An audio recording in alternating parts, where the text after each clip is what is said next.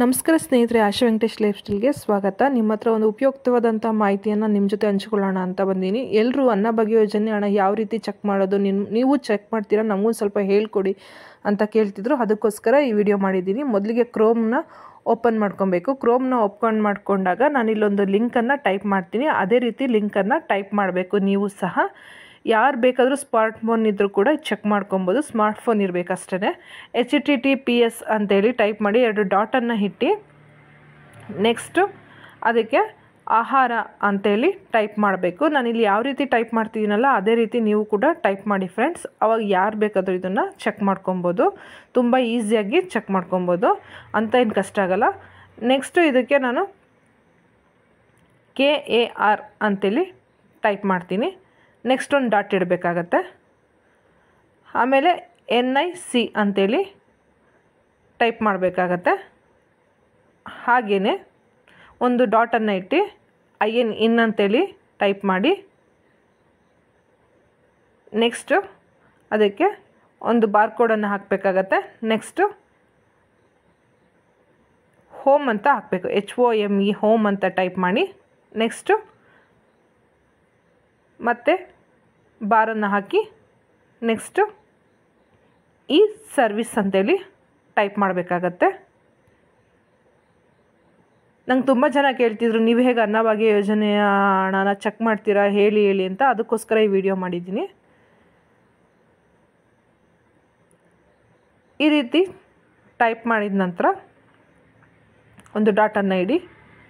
Next search ಕೊಟ್ಟಾಗ ಈ ರೀತಿ ಮೊದಲನೇದೊಂದು ಲಿಂಕ್ ಬರುತ್ತೆ ನೋಡಿ, ಆ ಲಿಂಕ್ ಮೇಲೆ ಕ್ಲಿಕ್ ಮಾಡಿ. ಈ ರೀತಿ 3 ಗೆರೆಗಳು ಕಾಣಿಸುತ್ತಲ್ಲ, ಆ ಗೆರೆ ಮೇಲೆ ಕ್ಲಿಕ್ ಮಾಡಿ.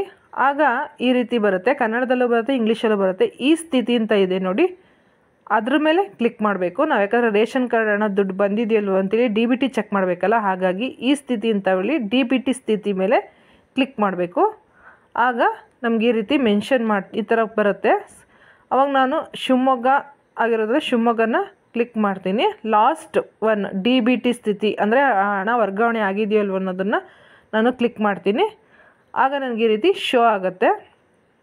ಈ ರೀತಿ ಪುಟ ಓಪನ್ ಮಾಡಿದಾಗ ಇಲ್ಲಿ ನಮಗೆ ರೇಷನ್ ಕಾರ್ಡು ನಂಬರನ್ನು ಹಾಕೋದಕ್ಕೆ ಹೇಳುತ್ತೆ. ಹಾಗೆ ಮಂತ್ ಜುಲೈ, ಆಗಸ್ಟ್, ಸೆಪ್ಟೆಂಬರು ಅಂತೇಳಿ ತೋರಿಸ್ತಾರೆ. ನಾನು ಇಲ್ಲಿ ಸೆಪ್ಟೆಂಬರ್ ತಿಂಗಳದ್ದು ಹಾಕ್ತಾಯಿದ್ದೀನಿ. ಹಾಗೆಯೇ ರೇಷನ್ ಕಾರ್ಡ್ ನಂಬರ್ನು ಕೂಡ ಮೆನ್ಷನ್ ಮಾಡ್ತೀನಿ. ಹಾಗೆಯೇ ಅಲ್ಲಿ ಕ್ಯಾಪ್ಚರ್ ಕೂಡ ನಮೂದಿಸಿ ಅಂತ ಕೊಡ್ತಾ ಇದ್ದಾರೆ. ಅಲ್ಲಿ ಕೊಟ್ಟಿರ್ತಕ್ಕಂಥ ಸಂಖ್ಯೆಯನ್ನೇ ನಾವಿಲ್ಲಿ ನಮೂದಿಸ್ಬೇಕಾಗತ್ತೆ.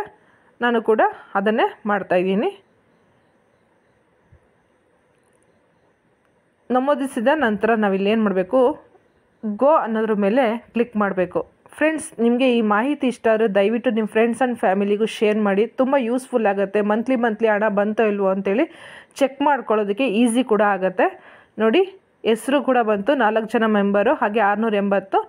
ಇದು ಸೆಪ್ಟೆಂಬರ್ ತಿಂಗಳದ್ದು, ಇನ್ನೂ ಅಕ್ಕಿ ಹಣ ಬಂದಿಲ್ಲ, ಬಟ್ ಆ ರೀತಿ ಕೊಟ್ಟಿದ್ದಾರೆ. ಆಗಸ್ಟ್ ತಿಂಗಳು ಅಥವಾ ಜುಲೈ ತಿಂಗಳು ಡೇಟನ್ನು ನಮೂದಿಸಿ ಚೆಕ್ ಮಾಡಿದಾಗ ಯಾವ ದಿನ ಅಕ್ಕಿ ಹಣ ಹಾಕಿದ್ದಾರೆ ಅಂತ ಕೂಡ ಶೋ ಆಗುತ್ತೆ.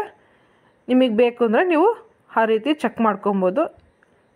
Thanks for watching friend.